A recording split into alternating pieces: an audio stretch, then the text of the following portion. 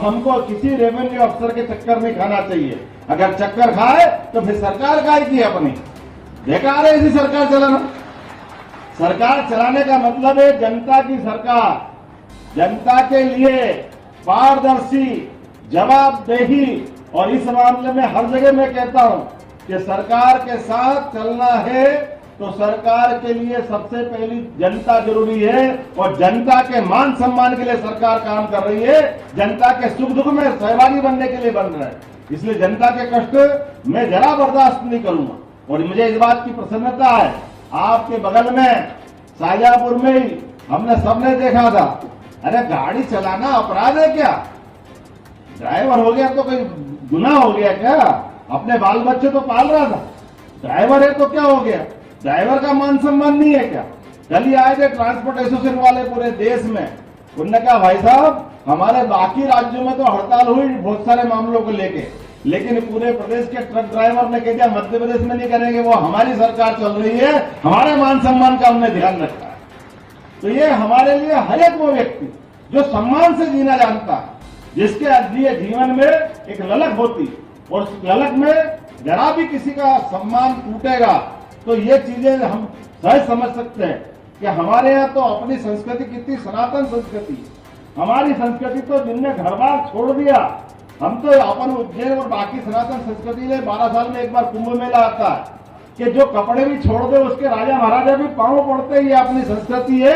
सनातन संस्कृति त्यागमय संस्कृति है, धनमय नहीं है। घर में कोई लक्ष्मी जी के साथ साथ टाटा बिरला अंबानी अडानी के फोटो नहीं लगाते, क्योंकि पैसे वालों का अपना काम हो सकता है, लेकिन हमारे यहाँ तो जो देता है, जो लुटाता है, वो पुजाता है। इस संस्कृति के संवाहक अगर कोई है तो हमारी संस्कृति के सारे हिंदुस्तान के सारे निवासी उस संस्कृति के संवाहक है। मैं आज के इस अवसर पर खुद को सौभाग्यशाली मानता हूँ। आपके बीच में परिवार के इस खुशी के क्षण में मैं स्वयं सम्मिलित हुआ। मैं भी जानता इस बात को, 2 दिन पहले मेरे बेटे का भी विवाह हुआ। एक बात मुझे इस बात की अच्छी लगती है, मेरे साथ में मंत्री भी हैं, मेरे साथ में विधायक जी भी है, सांसद जी भी है।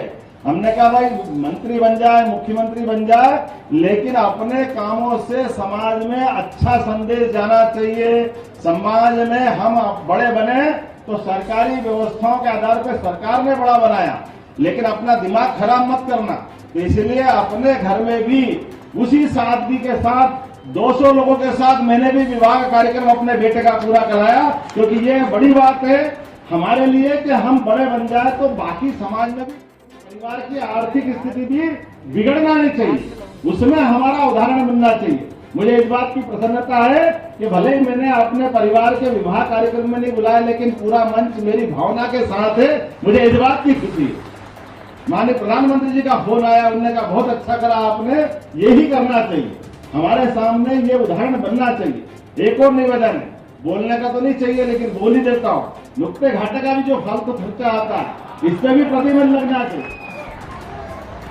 जाने वाले तो चले गए, लेकिन जाते जाते बिना बात के अपन पूरे घर वाले परेशान, और बाकी भी दबाव बना बना करके 1 बीघा बेचो, 2 बीघा बेचो, बेचो ही बेचो, 5 बोरी गलाएंगे, 10 बोरी गलाएंगे, काय के लिए गलाएंगे? अरे भैया, परमात्मा ने सबका जीवन दिया और सबका जीवन लेने का अधिकार भी परमात्मा के पास। तो हमारे लिए वो निरपेक्ष भाव से आने और जाने के क्रम में अच्छे काम करके परिवार के बच्चे बच्ची की अच्छी पढ़ाई कराओ, उनको आगे बढ़ाओ, अपने जीवन में घर में अंदर कोई कष्ट है तो कष्ट दूर करने के लिए लग जाओ। थोथा दिखावा करना, झूठा दिखावा करना, झूठी शान लेके चलना, मैं तो उसको अच्छा नहीं मानता। और हमारे यहाँ ये परंपरा भी पहले नहीं थी। आप सबसे हाथ जोड़ के निवेदन है, आज के अवसर में आपका वंदन करना चाहता हूँ। ये 1000 के आसपास जोड़े हैं, अगर 10,000 जोड़े भी आए तो मुझे और प्रसन्नता होगी। ऐसे कार्यक्रम रोज करना चाहिए। जब सभी सामूहिक रूप से आकर के हम सामूहिक विवाह करते हैं तो समाज में अच्छा संदेश जाता है। आज के अवसर पर नवविवाहित दंपतियों के लिए, दूल्हा दुल्हन के लिए, सबके लिए मेरी अपनी ओर से मंगल कामना, बधाई, और परमात्मा करे आने वाली बेटी अर्थात बहू उस घर के भी लिए घर के अंदर रानी बन के राज करे, परिवार को सामूहिक रूप से लेके चले। हमारे सामूहिक परिवार का जो आनंद है, एक दूसरे के रिश्ते नाते समझे, इस भावना के साथ मैं उनको शुभकामना देता हूं और उम्मीद करता हूं कि शासन की व्यवस्थाओं के माध्यम से आप भविष्य में ऐसे और भी अच्छे काम करते जाओगे तो कल ही कल लाडली बेटियों के लिए 1000 रुपया भी खाते में डाला जाएगा। ये हम सबके लिए जानकारी थी।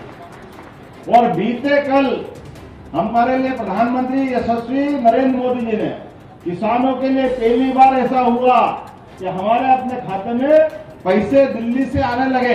पहले तो दिल्ली ले जाती थी, लेकिन यशस्वी प्रधानमंत्री ने ये जो उल्टा एक तरह से सिस्टम चालू किया कि किसान है तो क्या हो गया, किसान का भी सम्मान है। तो बहुत जल्दी आपके कल तो पैसे डले माननीय मोदी जी के द्वारा, और बहुत जल्दी मध्य प्रदेश की सरकार के पैसे भी आपके ही खाते में आएंगे। दुनिया की कोई ताकत आपको रोक नहीं सकती। अपने भाई बहनों के हाथ में पैसा आए तो किसी का क्यों पेट दुखता है। मेरे मालूम है बहुत सारे मेरे ऐसे मित्र हैं विरोधी दल के, वो यही चिल्लाते रहते हैं सरकार के पास पैसे नहीं है, सरकार के पास पैसे नहीं है, कहां से लाएंगे, क्या करेंगे। हमने कहा तुम चिल्लाते रहो, हम सरकार पे सरकार बनाते जाएंगे और हमारे जय जय श्री राम करते जाएंगे। बोलो प्रेम से जय जय श्री राम। हमारे अपने बाबा अगर मुस्कुरा रहे हैं अयोध्या में तो अच्छे को भी शर्म आना चाहिए। उन सबको भी निमंत्रण भेजा था।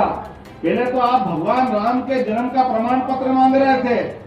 आपने तो परमात्मा ने, हमने तो कहा कि भैया चलो पुराने सारे पाप माफ। आप भगवान का मंदिर बन गया, भगवान का गर्भगृह में प्रवेश हो गया, निमंत्रण दिया कि आप आओ, लेकिन भाग्य में है ही नहीं, अभागे हैं। और एक तो अपने बगल के पास वाले बड़े नेताजी, वो अभी भी कितने दुर्भाग्य के साथ कहते हैं और कितनी मक्कारी के साथ बोलते हैं मंदिर बनाना इनका लक्ष्य नहीं था।